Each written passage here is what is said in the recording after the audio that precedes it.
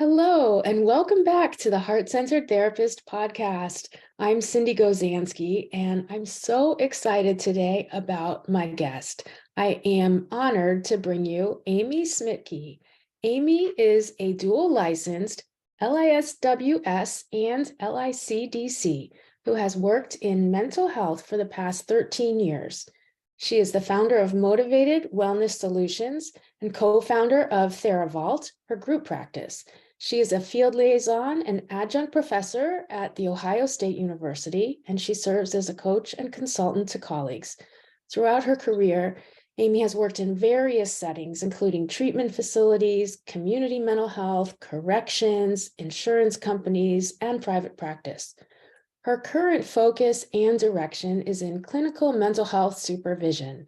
Amy is passionate about helping the next generation of mental health professionals thrive and providing them with the guidance and tools necessary for success.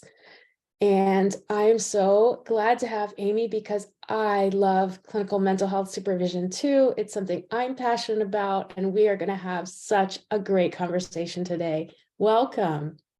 Well, thank you, Cindy. I'm so glad to be here and to talk about supervision because it's obviously something I'm very, very passionate about. And I don't think we talk enough about it in the field.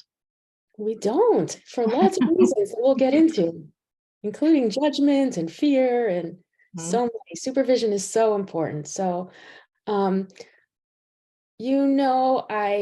have a big interest in therapists, their growth, their identity, and especially being a heart-centered therapist. So I always like to ask my guests, what does being a heart-centered therapist mean to you?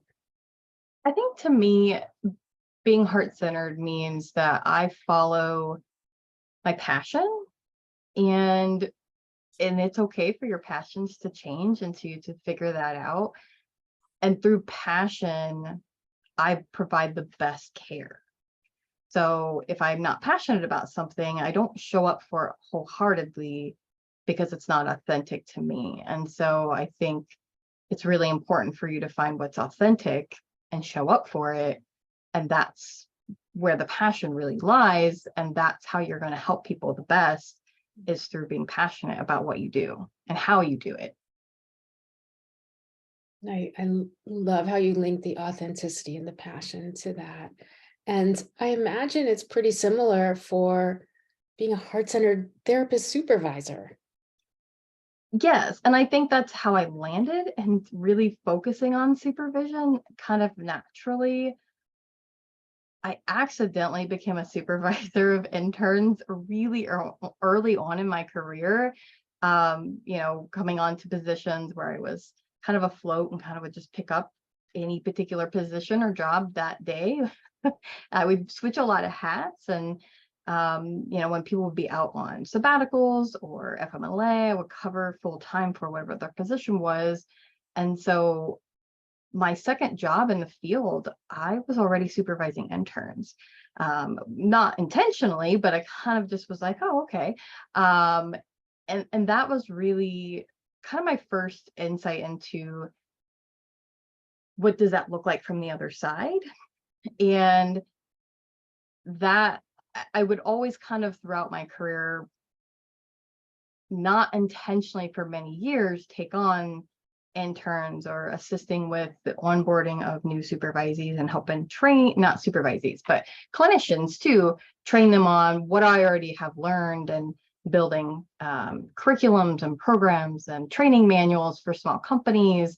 And those were skill sets that I think really helped me land my clinical director job at a relatively young age.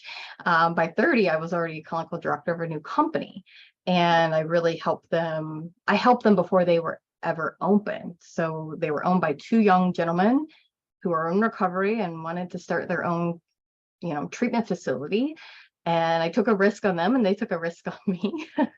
And I went from never having a formal supervisor position to being a clinical director and program development, and onboarding new staff and training and doing supervision for them, and therefore their clinical license, that training supervision, taking on lots of interns. And I really enjoyed the training component of it, not so much the admin component of it, but the training component of it, and really seeing them thrive and grow as clinicians. And then when I reflect back, I had, for the most part, fantastic supervisors that I don't think at the time I truly appreciated. I appreciated them, but not in the sense that I do now, right? Of going, wow, a lot of people have really poor supervisors and supervisory experiences. And I was really fortunate that early on I had fantastic supervisors. And that's a strong foundation for me. Absolutely. So I'm so curious about this. For you, what makes a supervisor fantastic?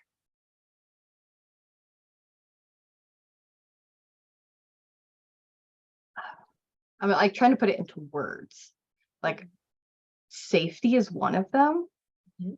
You know, knowing there's been a number of occasions throughout the years where I have felt challenging situations for a variety of different reasons. And knowing I had a supervisor who would not only listen, but wouldn't scold me, wouldn't judge me, and would back me up 100% and supporting me and what my next steps were in a non-punitive, difficult way. You know, it's scary to ask for help, and it's scary in the field that we are in, where the decisions we make impacts other people's lives in very difficult, meaningful ways. And if we make mistakes, that can hurt somebody, right? Like we have a lot of risk that we are taking with somebody else's lives.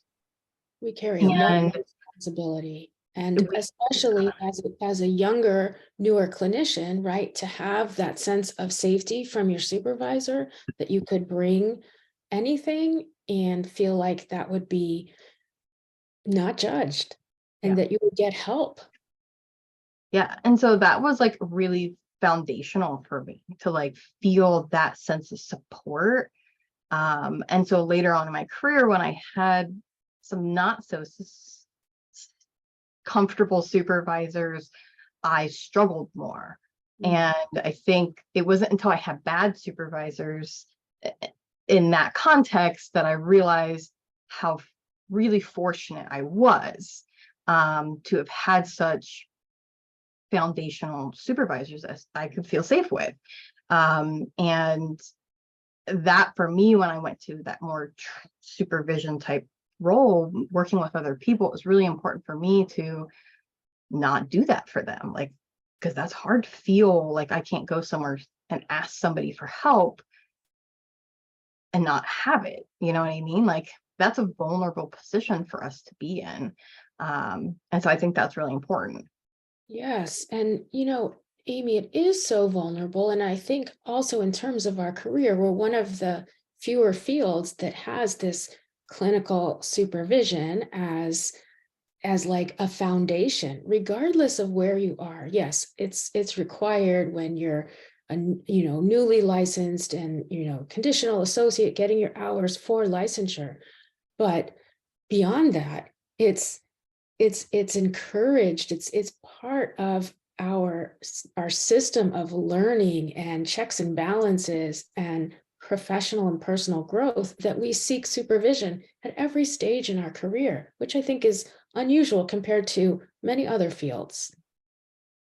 I would agree with that, and I say that a lot when I'm, in the group that I run and when I'm working with other people and, revamping the workshop and course I'll get to talk about later, I know. But one of the things that I talk about is, with my supervisees and my interns too, because I'm helping them form foundations of what is supervision and why it's not a one-stop situation, right? It's not, I get my hours and then I should never have to be supervised again. And I think sometimes we look at supervision as a punishment or being micromanaged. And I think it's really important that we reframe the way that we view supervision, and that it's kind of like a parent-child relationship, right? Initially, it's, you might not have all your bearings, and so we have to be oversight a little bit more and give you feedback. But then as you grow as a child,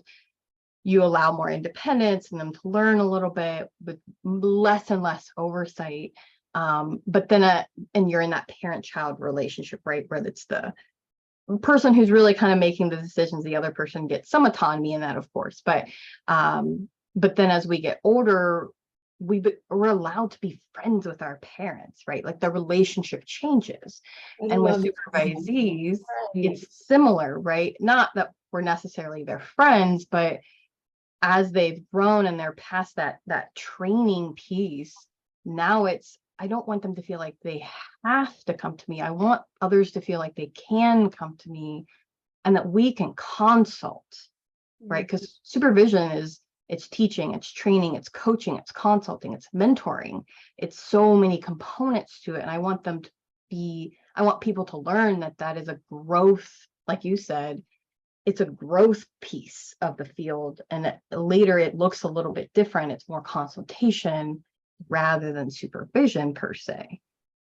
Yes, what a great way to articulate that. And there is like this developmental process for the therapist in their supervision journey, and to start where, you know, you need a little bit more instruction, almost like the parent-child relationship, but then later to be a friend, to be a peer, right? Like that's so great that we could see our colleagues as peers, and to find somebody that we feel safe with, that we can bring those concerns that we feel like, oh, I don't know if somebody else would judge me for this, or for this, you know, this move I made in session, or this intervention, or not even knowing what to do next, right? Yeah. That's a big one too. Yeah, absolutely. So, and that's those types of things and those types of circumstances I've definitely had, and I've been really fortunate. Like my first supervisor as an intern is one of my very good friends now, you know, and that's, so it's really cool to be like, you know, to see my growth for her, but to just grow professionally. And it's like, hey, like we're good friends, but also like she's a trusted, confident, and colleague of mine. My business partner is, I worked with her as a peer at my first job out of grad school. You know, and so I have, because I've built those strong relationships really on professionally, even in graduate school, I still connect and have regular conversations with those individuals. And yes, we're friends now, but I know if I needed a consult, which sometimes I do, I reach out and I ask, you know, but I also consult the board. And so it's not just a consultation with my peers. There are definitely circumstances, and I have a really good relationship with our state board. Like I was saying, as we were chatting a little bit earlier, our board versus some other boards that may not be as responsive and helpful, that some people may or may not find. Even though shout out your state that has such a good Ohio. Yes. So in Ohio, yes, I hear people have some frustrations and stuff, and I don't think that they're perfect by any means, but I've been really, really fortunate that I've, over the years, because I think I've asked a lot of questions, because I think a lot of people have fears of the board, and they're not there to just be punishment. They're there to be support and to teach us and to help us grow and learn. What we don't have that kind of excuse me, perception of them. We see them as more like the law, and that we see them in a negative light rather than a positive light. And you know, in my group, I was really lucky that the executive director and an investigator took 2 hours of their day one time and did a live Q&A with my group. That is amazing. You know, they're so helpful. And anytime I reach out, and I'm usually reach out to the executive director, I ask him questions and he gets back to me usually within 48 hours. And he's super, super helpful and responsive. And that has really helped me, one, feel a little more confident. Like sometimes I'm like, am I thinking about this the right way? And then I get some, you know, feedback and validation in that. But it's just been really helpful in the field to form those healthy relationships, so that when I need consult, and I think as supervisors, sometimes we have to remember we don't have all the answers, and that's okay. Is I ask my coworkers, I ask my colleagues, previous supervisors, long-term people in the field. I reach out to the board and ask, because I don't I know I don't know all the answers, and that's okay. And I learn and I think through being transparent with that to my supervisees of, you know what, I don't know the answer. Let me find out. Such It great helps them know model. that they don't need to know everything too. Oh, yes. And it's really great modeling to them of that, we don't know all the answers and we have resources. It's amazing that your board is so responsive. Unfortunately, not all are like that. So that's a really perhaps unusual situation, but it's great. And to not feel that it's punitive, but actually, if you had an ethical question, you could go to the board. Licensing questions. Most of us are scared to approach our boards because we see them as like, they're gonna like drop the law on us. Yeah. Yeah.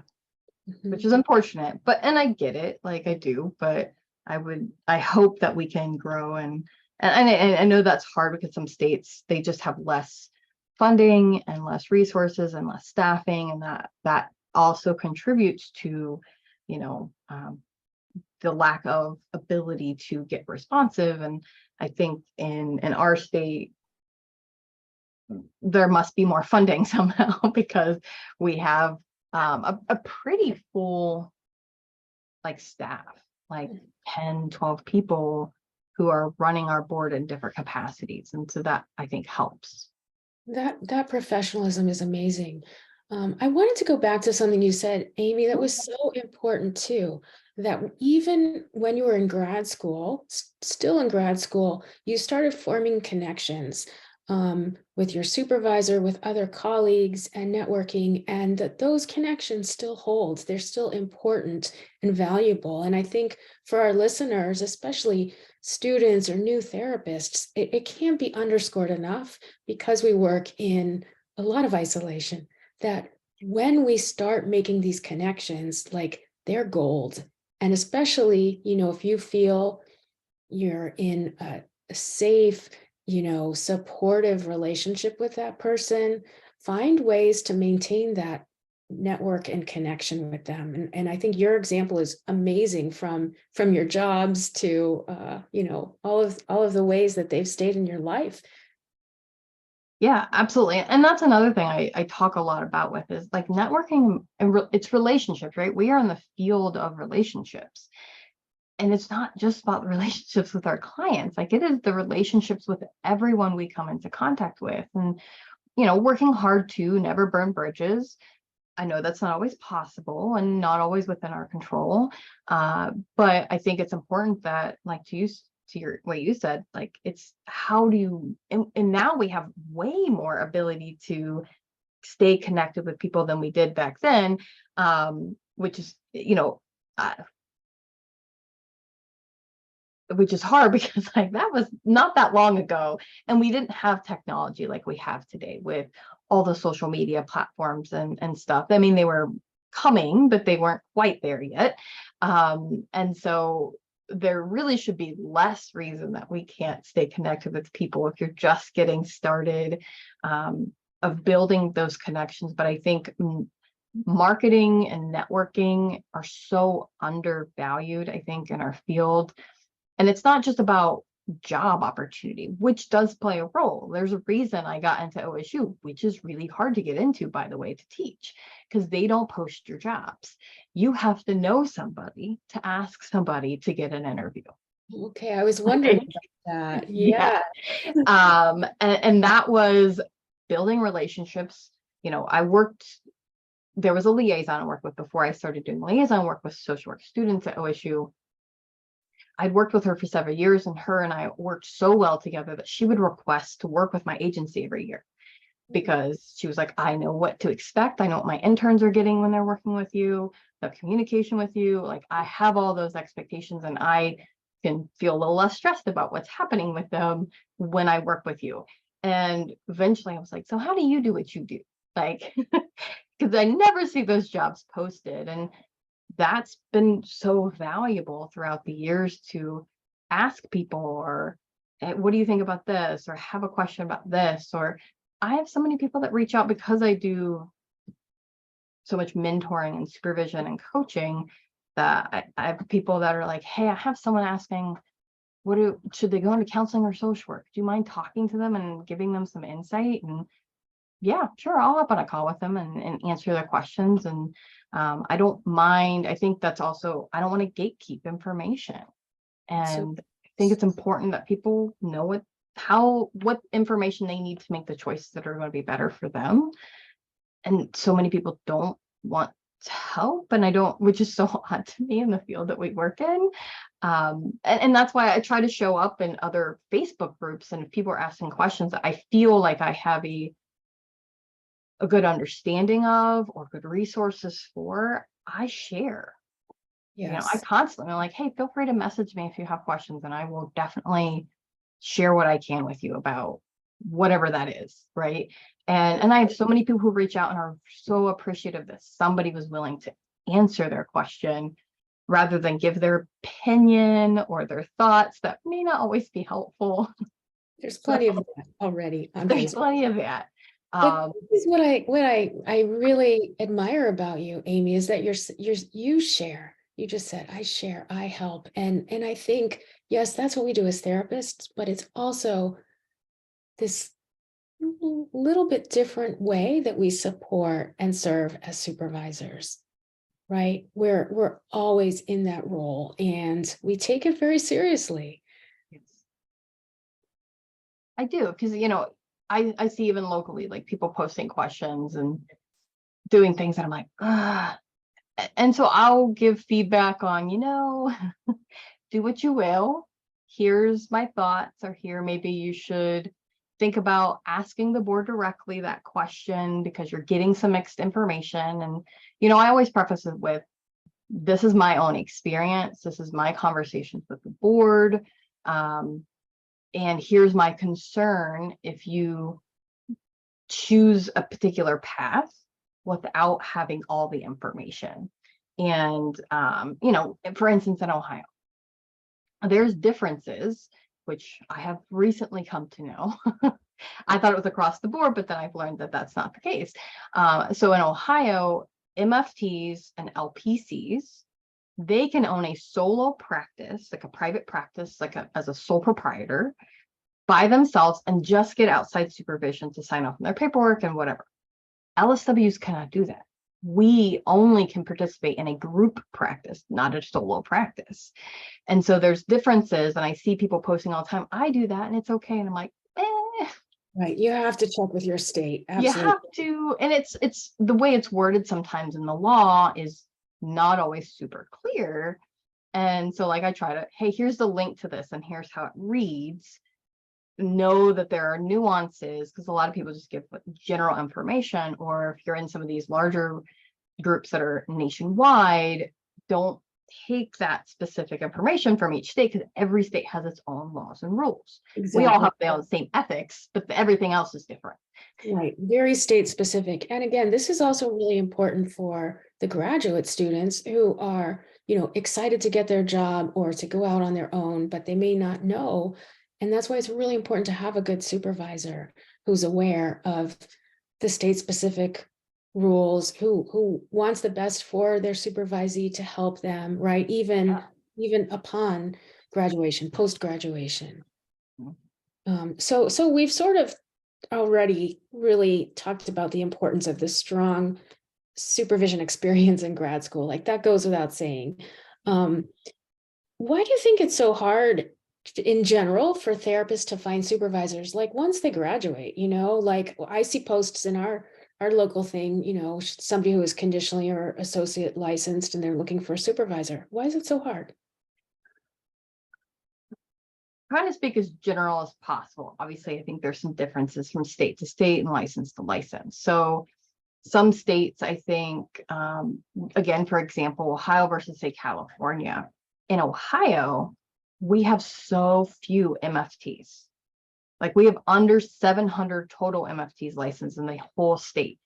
And Wow. only about 30 of them are technically licensed supervisors, but only about half of those actually practice as a supervisor. And so for MFTs, it's almost impossible for them to find a supervisor because it's so limited. And even within the ones that are practicing, some of them are very up to date, right? Like we'll say. And in Ohio, the only exception that we have as far as cross-referencing supervision, meaning that as a social worker, I can supervise someone from another professional license, is that MFT grace. Yeah. So they can receive 50 of their 200 hours by an LISW-S or an LPCCS. That is the only exception. LSWs and LPCs cannot cross paths with other ones and use those hours. So I think some states, there is that allotment. Any profession as qualified supervisor can provide your hours. Other states have that. Some states have so few of a particular designation that makes it difficult. I know some states have a directory that you can go into their state website and you can look up supervisors and reach out to them, but most states does not appear to have that. I think a lot of people don't understand who is technically allowed to supervise and what those qualifications look like, because that also looks very different from state to state. Like, so a number of years of being in practice or having certain CEUs and in supervision. Designations, yeah. So like I think there's a lot of challenges amongst the states, and what does that even look like? Who qualifies? So I think that one is a huge barrier. Then I think a lot of people get into a job and I'm an LPC, but the only supervisors here are LSWs, or vice versa. Or they're not even independently licensed that are in supervisory roles, because that's not necessarily a requirement. You might have to have someone who's independent to sign off on billing documentation, but that doesn't mean they're qualified to be a supervisor. Right, of course. And so I think a lot of times we don't have people in practice that are the qualifying for the supervisors. So I think that's one. And then they don't know where else to find, because there isn't any global, easy access. Hey, here's where I can find a supervisor. Right. We don't really have a clearinghouse for that, you know. No. Yeah, exactly. Also, I think some clinicians get really concerned about the responsibility, the liability, the risk to their license should they take on a supervisee. Maybe you could talk about that a little bit. Yeah, absolutely. Because it is. So there's differences. There's clinical supervision and there's training supervision. And they're technically two separate things. And I think there's some confusion around that too. So if you're doing clinical supervision, you're essentially taking the responsibility, or at least primarily the responsibility of the practicing work that someone underneath you, that you are signing off on their work. You're taking on that liability. Because you're saying, I am approving whatever they're doing, right? So I need to be paying attention to what they're doing. If you're a training supervisor, there is still liability, of course, but it is reduced, right? So if you're not, you can do both. You can be a training and a clinical supervisor. So your training supervisor has to have whatever your state and professional license designation requirement is of, can I supervise other people to be an independent, clinically licensed, that again, that verbiage is different from state to state, clinically licensed person. And, per that state, whatever those are. So when I do that for my supervisees, that I am training them specifically for their license. I'm not necessarily, obviously secondarily, I'm professionally developing them anyways. That doesn't mean I'm signing off on their paperwork. That doesn't mean I'm in charge of or responsible for their day-to-day work. That's what their clinical supervisor's responsibility really is. Now, as a training supervisor, if I'm also signing off on documentation and I'm also their clinical supervisor, that comes with additional liability. So it kind of varies on what role that you play with them, determines how much liability you have for them, of course. Yes. Of course, I always recommend checking with your liability insurance in terms of, are you covered? What would that look like? Do you have to have a different policy amount, like an aggregate amount if you're supervising? And that can change potentially from profession to profession, because obviously as social workers, we have certain companies that will work with us for professional license, and there's different ones that work with other professions. So the liability kind of looks a little bit different. Now, I know obviously there's some liability. I wouldn't even call it liability so much, because once I sign off on somebody's hours, I've submitted that to the board. I do have to recommend them. Now, what the board does with that is their own, but I'm not responsible in terms of anything's going to come back on me if I approve them to get their license. Exactly. I think that's so important. Sometimes people don't realize that, Yeah. you've signed off on their hours, you recommend them. Yeah. Now, I mean, personally go, I missed something, like that feels awful. But on a paper standpoint, I'm not liable for that.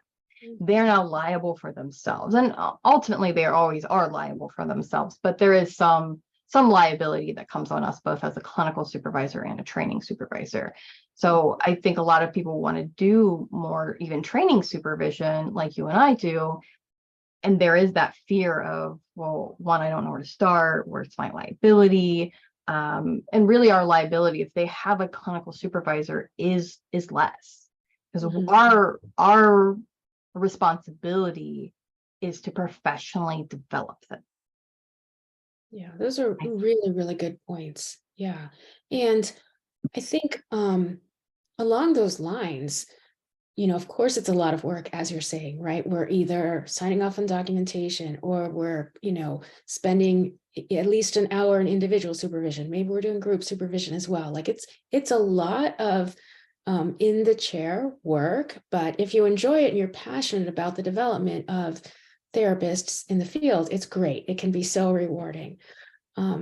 What would you say are some like important skills? We've sort of talked already about like non-judgment and really creating a safe place, but what are some important skills that supervisors have? I think critically thinking and, for lack of a better term, reading your audience, right? Like I know, I primarily do group supervision, but I also know that some of my supervisees are coming in really green and really fresh, and some of my supervisees are coming in really seasoned. I have a few supervisees who've been in the field for a really long time, longer than I have, and they're coming in because they went back later and got a master's degree and are just now trying to do their hours, which is really unfortunate because, to be fair, they're more skilled than I am. And What's it like doing supervision with them? so far it's been really great. And I think part of that's because of the way I approach supervision personally. I approach supervision very collaboratively. And I don't come in with, this is the agenda and I know everything, and here's just I'm just training you on X and I'm the only person who has input, because I don't believe that. And that's just not how I work. Because I feel even my interns, when they're come in and they sit and train like group supervisions with my group practice, ask questions. I want your thoughts and feedback too, because you're seeing it with a fresh pair of eyes. I'm seeing it with sometimes so seasoned that I don't see the little stuff that could be really important and integral in this case. Yes, and those fresh eyes and being so close to their recent studies and that new approach, it's so great. Yeah, and so I approach supervision very similarly. And I always tell them when I'm, kind of onboarding, so to speak, a new supervisee, hey, I'm very collaborative. I ask for everybody's thoughts and feedback. You all have different experiences. You have different resources. I cannot possibly know it all. And I learn from them just as much as they learn from me. And so when I have some of these seasoned clinicians, I've never gotten, with the ones I've worked with, kickback or butting heads of any kind, because there isn't that authoritarian type. I'm not authoritative in that sense. Right. You don't set yourself up that way. You have this welcoming, collaborative stance, and clearly that probably goes back to your work in treatment facilities and some MI work. So I'm very MI focused. So and so I think that really helps people, create a safe space for people. They feel empowered that they're allowed to have thoughts and feelings. And I think, again, because I do that, I've had people where I've brought ethical cases and for like, sample ones, like, let's talk about this. What would that look like? Where it's brought up stuff that later maybe they didn't necessarily feel good in a group to bring it up, but they've had like, hey, I had this actually occur, or I'm currently kind of dealing with something like that. Can we talk more about that on a one-to-one basis? And that always makes me feel really good to feel that they feel safe enough to have that conversation with me. They may not necessarily feel safe in a group, and that's totally fine. That's different.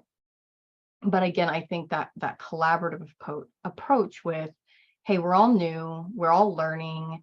And there's definitely, like I said, there's times where I'm like, I'm actually not sure, but I'm really glad that I had so-and-so in supervision today because they have experience with that, or they've worked with that before, and they can bring their expertise to the table to share it with everybody else. And I think those are skills, I guess, as a supervisor, is to be able to I think leadership is confusing, right? We think of leadership as I'm on top and everybody is below me. And it's not really like that, at least in my opinion and my experience. My perception is I'm just as part of the chain, so to speak, of how things go through. And sometimes it's important that I'm at the back of the chain. Sometimes it's important that I'm at the beginning. And sometimes it's important that I'm in the middle to help facilitate that interaction and that learning process. Yes. And, it's really hard to lead with compassion, right? If you're looking at that top-down model, it's just so hard. And I think we really try to do that, to lead with compassion and to change that view of the expert role as therapists, both in our therapeutic work and then also in our supervisory work. Sure, like you said, the parent example is actually kind of good because that's like experience, right? We can lead from experience and with compassion, but not necessarily from that expert role. And I love how you also mentioned resourcing being so important as another skill, or I guess skill that a therapist who supervises would have, to be very resourced or be able to access those resources or direct the supervisee to check out those resources. And one of the things that I do with all my supervisees, because I have right now, I'd actually have to look. I have about 20 supervisees or so. Wow. 20. Yeah. So plus your clients, plus your group practice. I do a little bit of a lot. So, but so I have a lot, and I try to stay really organized. So I can do that with my documentation and all those things. But what's nice is, one, I have people from so many different backgrounds, which is fantastic. It has challenges at times, but for the most part, I think that helps my group or my groups. But I create, like in my, my Google Workspace, I have an email list that's for my supervisees. And so anytime I have a resource that one group shares, hey, this is a great I share all of my supervisees. Oh, I love doing that too. That's awesome. And so, or I in Facebook groups, or I'm on, a million email lists from, really impactful people in this field, and they share stuff. And I'm like, hey, here's this, or here's a new training. And I feel like it's important, again, to share. And so I'm always like, it doesn't hurt me to share anything, and it only helps people. So why not? Oh, your energy and your passion is so great. I can just imagine our listeners wanting to have you as their supervisor. Oh, thank you. Yes, absolutely. What about the role of the supervisee? What would you say the role of the supervisee is? And I know it could be different. Not talking about like, documentation and stuff in terms of like a new student or a clinician, but just more generically speaking. I think the role of a supervisee I think it has some commonalities with a supervisor, right? You have to show up with accountability and responsibility to document, do all your paperwork, all that stuff that we have to do at every particular role that we have in this field. But I think it's responsible for them to show up with knowing what their goals are for themselves, right? I think that's first and foremost. I need to know what I want out of supervision and out of my field, and it's okay if that changes. and it probably will as you go. Oh, And I know mine's come changed to a ton. session. Yeah, come to Yeah. session prepared. Know what your Prepared. questions are, what your goals Yeah. are. Yeah. Mhm. So coming prepared, being accountable to that, engaging, I think that's really important. If you don't engage and you just observe, you're missing a huge piece of what is available to you, right? So as a supervisor, part of my role is to try to engage supervisees, but it's also on the supervisee to engage and to figure out what does that look like, whether that's asking questions or giving feedback, preferably both, ideally, because it's hard for us as a supervisor to give you feedback and help you professionally develop if I can't see how you think, how you process, what your questions are. Yeah, it's kind of one of those, they're on their stupid questions. I have supervisees ask stuff all the time. They're like, I know this is probably stupid, blah, blah. And I'm like, no, like, you're probably not the only one asking this question. And, I'll give a little blurb, and I think this is hard. Like, I've grown so much as a person since high school. In high school, I was super quiet, and I'm definitely more of an introvert, but I was really quiet. I hate talking in class. Like, I was not that person. Like, I remember having to do like a monologue for my theater class in class, and I cried after. Okay. So like, I did not like being in front of people in any capacity. And I grew definitely in college and since then, but I remember my first semester in my undergrad, I was fortunately or unfortunately, depending on how you want to view it, I was taking a medieval history class as one of my electives. I didn't know at my academic advisor was not great at saying, oh, by the way, this is primarily a junior senior class. And so with one of the most challenging, like, he's a hard grader, he's hard on you, professors on the whole campus. So it's my first semester, my freshman year. It's an 8 o'clock class. He locks the door at 8 o'clock, by the way. So if you are late, you do not get in. And I remember there's only 3 grades in this class. It was a midterm, a final, and like attendance and participation. Those are the only grades you got. I bombed the midterm because I was so anxious that I got it all mixed up in my head. And if you had below a certain grade on your midterm, you had to go see him in class, like see him in his office. And I remember crying because I was like, I'm failing out of college. I'm the first person in my family to go to college. I was like, I'm going to fail. Like, I'm not going to make it. I didn't do well with constructive feedback. And I was terrified. I never participated in class. And I went in, of course I cried because I was so nervous. And he, bless his heart, he was like, I can tell you know the answers in class. Like, I can tell based on how you wrote, because it was an essay style exam. You knew the answer, but you got so anxious, you flipped it up, like you messed it up, but you know the answers. And so his challenge to me was, and it was pivotal for me, was every class, you either have to ask a question or answer a question. If by the middle of class you have not, I call on you for something. So you get to choose, but I need you to participate, and I need you to like grow in your confidence that you do know what you're doing. And that was huge for me.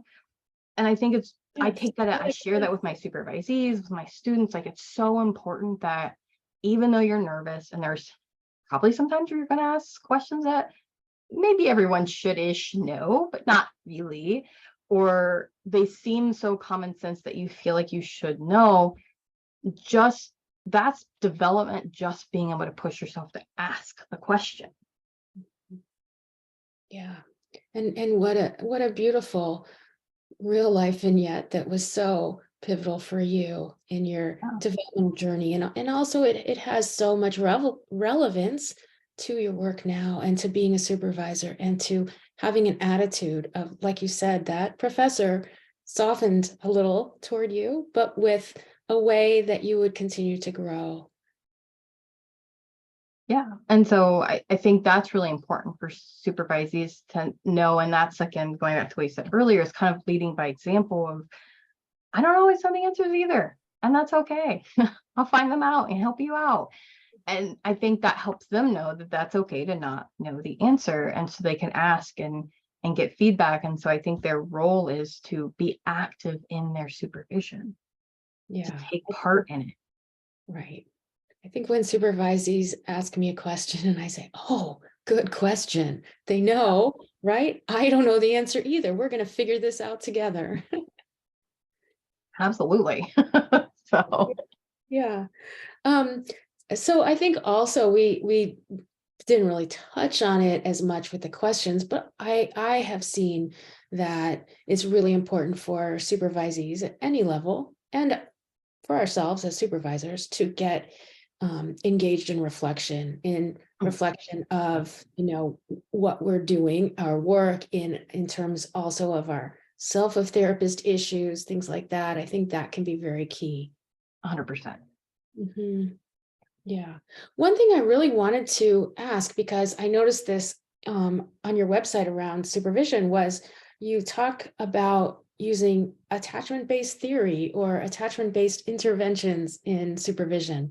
I'm so curious about that. Yeah, so I think it's really important that we understand the kind of, I think to yourself, what you just said was that if we reflect on ourselves and we understand our own stuff, so like understanding if like I'm anxious and I'm attached, it really impacts our boundary issues, the way that we perceive ethics, our ability to receive constructive feedback, how I view my role as a supervisee or a supervisor. If I overly attach to them, or I don't do well with authority, I might not be very open to the way that they provide me feedback. And I think that's on the supervisor too, to understand styles of our supervisees learning. But I think it's really important for us to kind of understand our own selves and how that may be impacting, good or bad, our supervision and our professional development. And to be able to do that is, I think, really important. Yes. Thank you for that. Absolutely. And I've found with some of my colleagues, we've formed a supervision of supervision group, and that's been really helpful. I don't think a lot of people know that there's actually a thing like called supervision of supervision, right?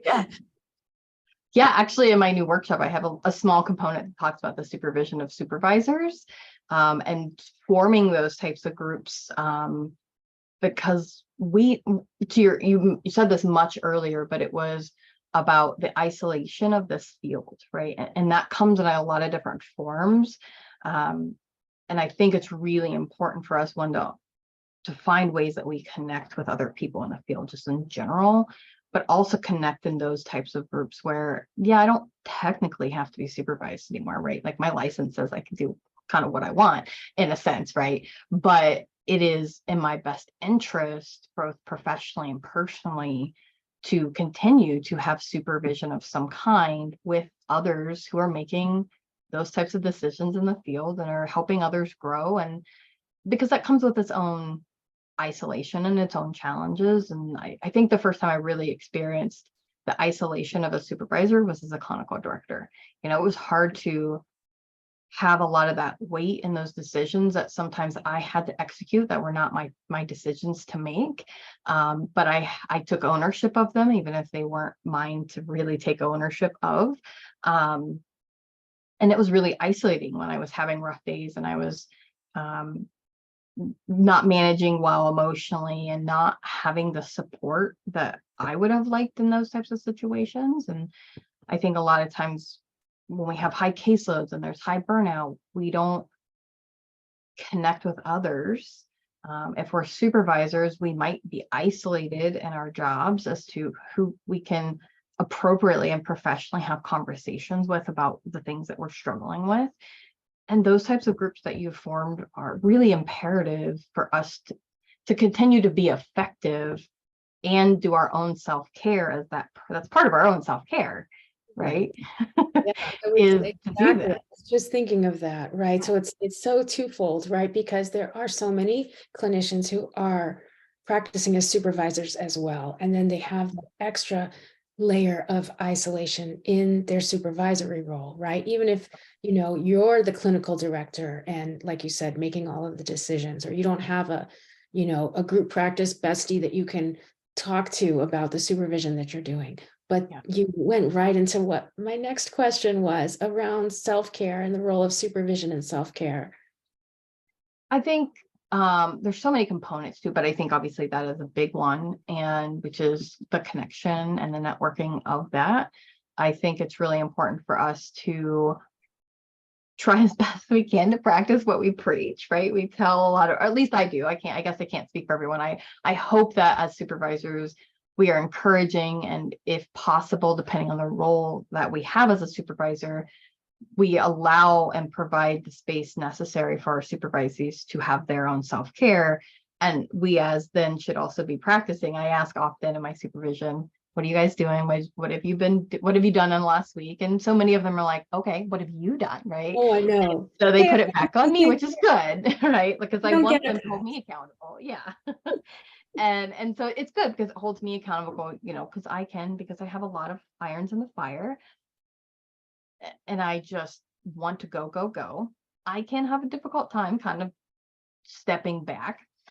And I know that about myself. And so I try to be mindful of that. And so I think it's important for us to practice what we're probably preaching to our supervisees for ourselves. I think boundaries are huge. I talk a lot about boundaries and supervision because those, when I look at, like, I don't know what it is like for like Maine or other states, but I think quarterly, like, we get an email from the board that says, here's all the people that had violations and here's the reasons why. Oh, wow. Yeah. Yeah, our state does that. Oh, we ours do. And I mean, you can obviously always look up anyone, but they kind of like Right. put them on blast in that sense.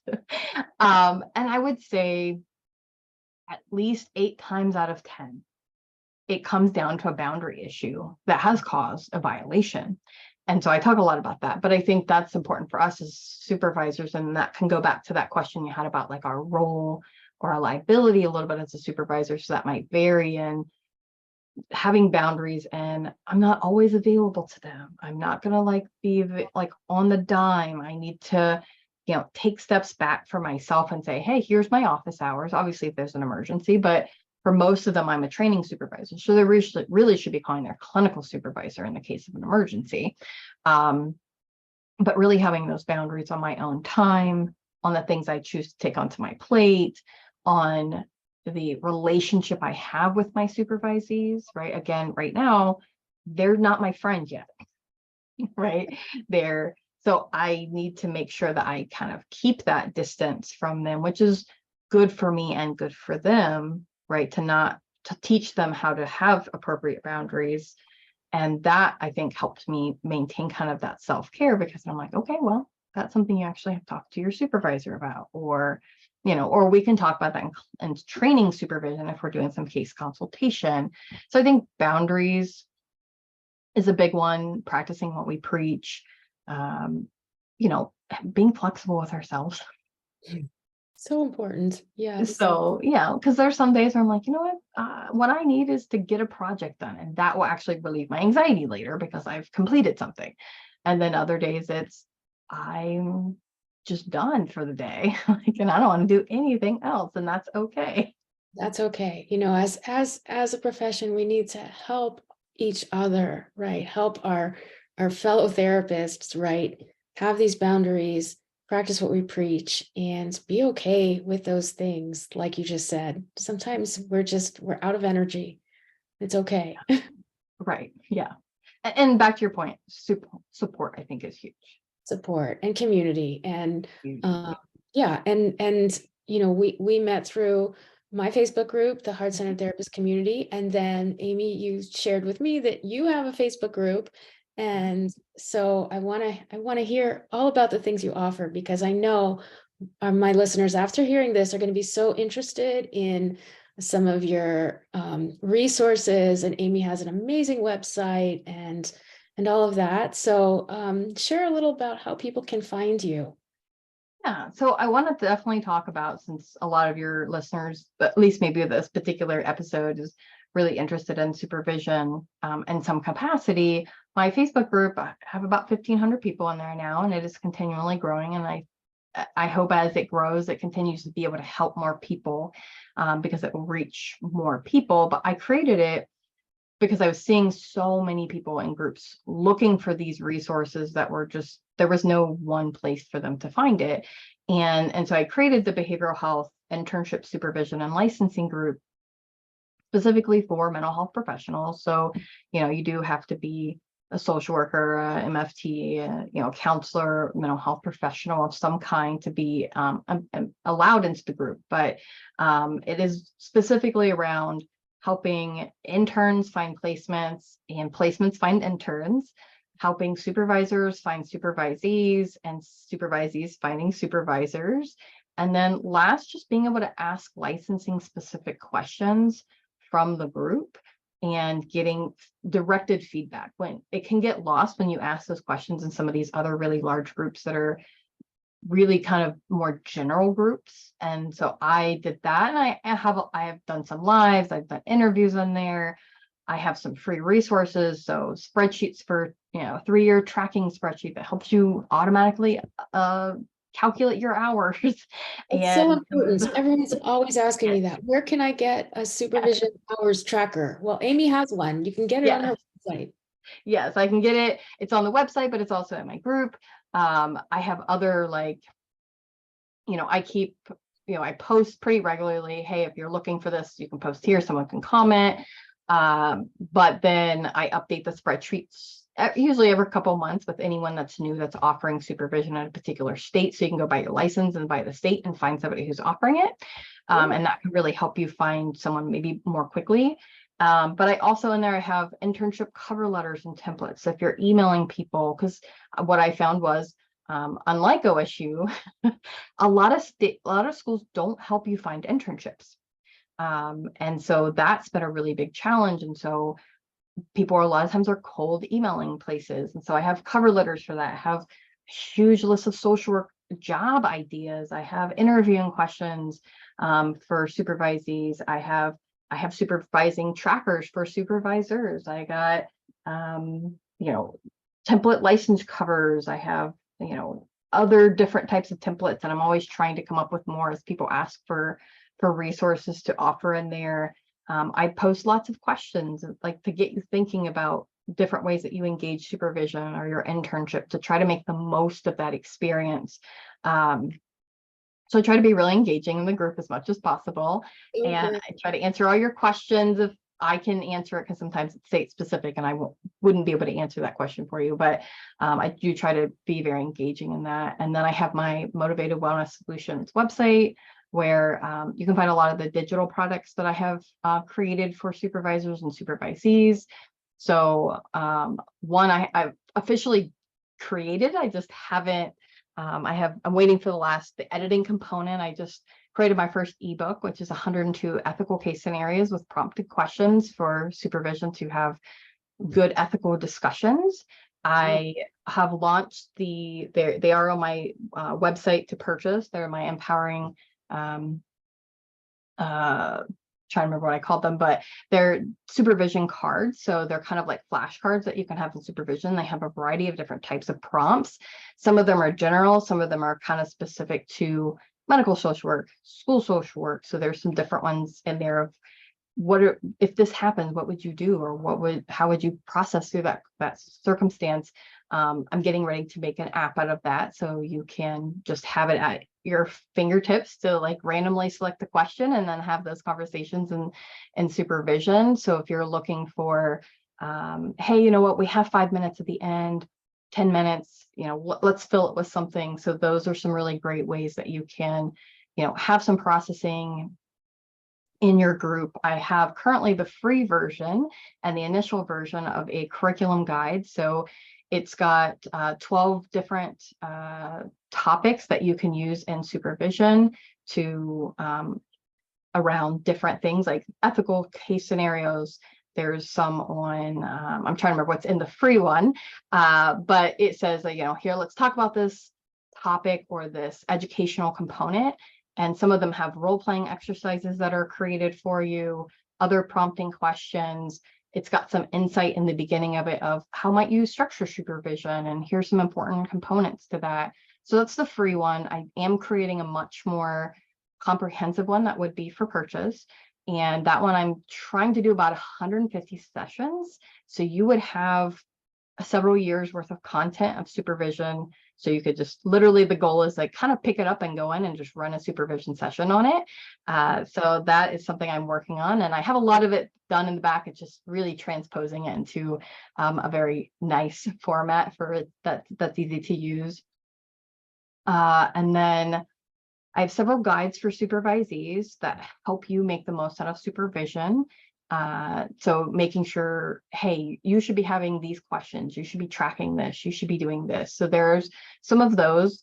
And then I just relaunched last Thursday my workshop. So I re-recorded it. So it's about 3.5 hours worth of content. And there's 9 modules, and it includes almost 30 different worksheets, templates in it.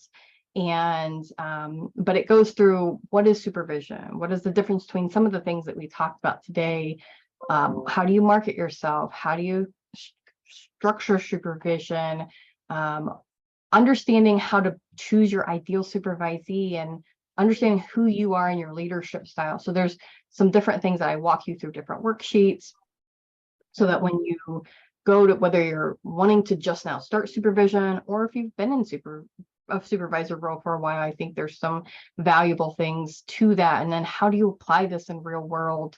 And that includes a sample copy of my conversation starters. It includes a lot of my paid templates that are already on my website. So you can find all of those on my website. Obviously, you can find my supervision there.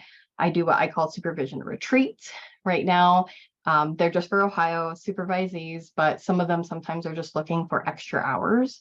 And so I do 4 times a year, I do kind of a 4-hour bulk supervision, and it has a very specific topic in mind. And it's a very structured supervision component of, here's ethics, and here's all the things that we need to know about ethics, and how do we process ethical questions. So that's it for now. But I've set myself a date. I am launching my membership in July.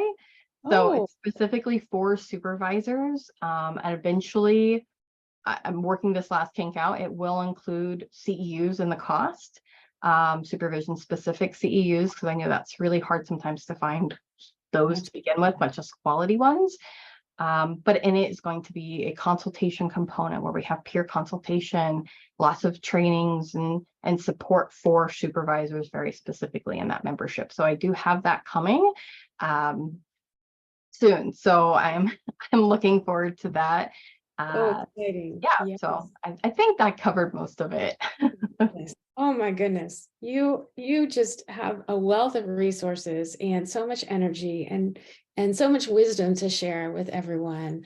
I really want to thank you, Amy, for coming on the podcast today, and especially even more than that, for what you're doing to help new therapists and also experienced therapists continue to grow and thrive, and to continue love being therapists. Like, that's such a crucial part of supervision, that we help people want to stay in this field and love what they do, and to have that great collaborative relationship of a supervisor who really gets it. So I really acknowledge the amazing work you're doing, and thank you so much for coming today.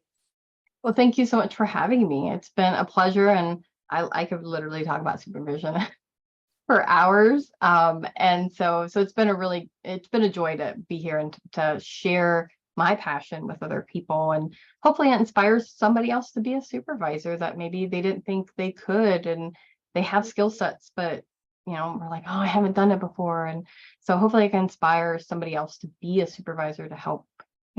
We're helping the next generation of our field. And so I think it's important that we, like you said, we share the compassion, and we share the love and the energy for the field through our supervision. Absolutely. So well said, and such important, meaningful work.